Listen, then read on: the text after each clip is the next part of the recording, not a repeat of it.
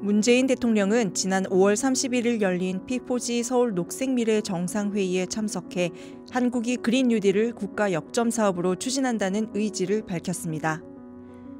울산에서는 지난 6월 9일 울산 부유식 해상풍력 발전단지 조성 관련 기업들이 한자리에 모여 사업의 성공적 추진을 위한 공동선언문을 발표하기도 했습니다.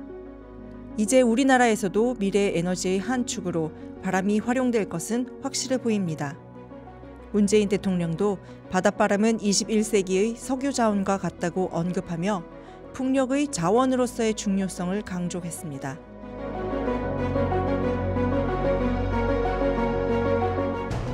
과거 석유 개발의 주역이었던 유럽 대형 에너지 기업들이 해상 풍력을 미래의 중요한 성장 사업으로 인식하고 이 분야에 총력을 기울이고 있습니다.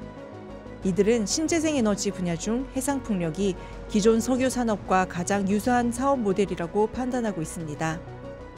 유럽 각국은 지난 10여 년간 풍력 발전량을 급격히 늘리며 이 분야에서 누적된 경험과 기술력을 확보했고 세계 시장에서 우위를 점하고 있습니다. 탄소 저감을 위한 다양한 방안들 중 해상 풍력은 많은 나라가 선택하는 가장 경쟁력 있는 수단입니다.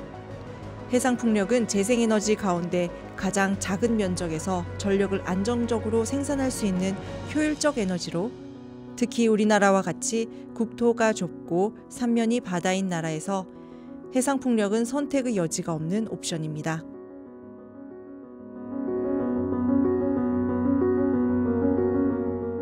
그렇다면 해상 풍력 중 왜 우리나라는 부유식을 택한 것일까요? 해상 풍력은 풍력 발전기를 해저면에 고정하는 고정식과 발전기를 수중에 떠 있도록 설계한 부유식 해상 풍력 발전으로 구분할 수 있습니다. 부유식 해상 풍력은 해상 풍력의 장점이 최대한 반영된 발전 형태로 고정식보다 수심이 깊은 해상에 적용할 수 있습니다. 또한 먼 바다의 풍부한 바람 자원을 활용할 수 있고 육지에서 수십 킬로미터 떨어져 비교적 민원이 적으며 대규모로도 설치가 가능합니다. 우리나라는 해상 풍력 분야에서 비교 우위에 설 수 있는 여러 잠재력을 가지고 있습니다. 협소한 시장과 소규모 인력으로도 이미 높은 수준의 능력을 확보했습니다. 풍력 발전의 핵심인 터빈과 블레이드 분야는 아직 유럽과 차이가 있지만 풍력 발전기 기둥과 하부 구조물 제작에서는 세계 정상급의 능력을 보유하고 있습니다.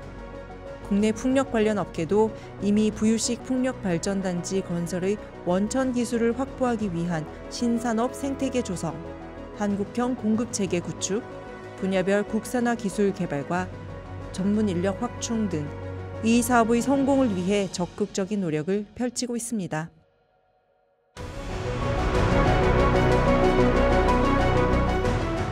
지금의 대표적 에너지 자원인 석유는 지난 수십 년의 역사 속에서 제도와 계약 등이 확립된 상태입니다. 하지만 해상 풍력과 관련한 제도는 그렇지 않습니다. 그도 그럴 것이 석유 자원은 산유국과 국제 석유 회사 간의 치열한 힘겨루기와 이권 다툼의 역사 속에서 다양한 계약 형태와 세금 제도 등이 결합되며 오늘에 이르고 있지만 해상 풍력의 역사는 아직 초입 단계에 있기 때문입니다. 앞으로 연관 산업 및 연구기관 등의 지역 유치, 이에 따른 일자리 창출과 지역 경제 활성화의 선순환 구조가 이루어져야 할 것입니다. 탄소 중립이라는 세계적인 흐름이자 잠재력이 폭발적이고 또 기존 사업과의 시너지 효과도 큰 21세기 미래 자원인 해상 풍력.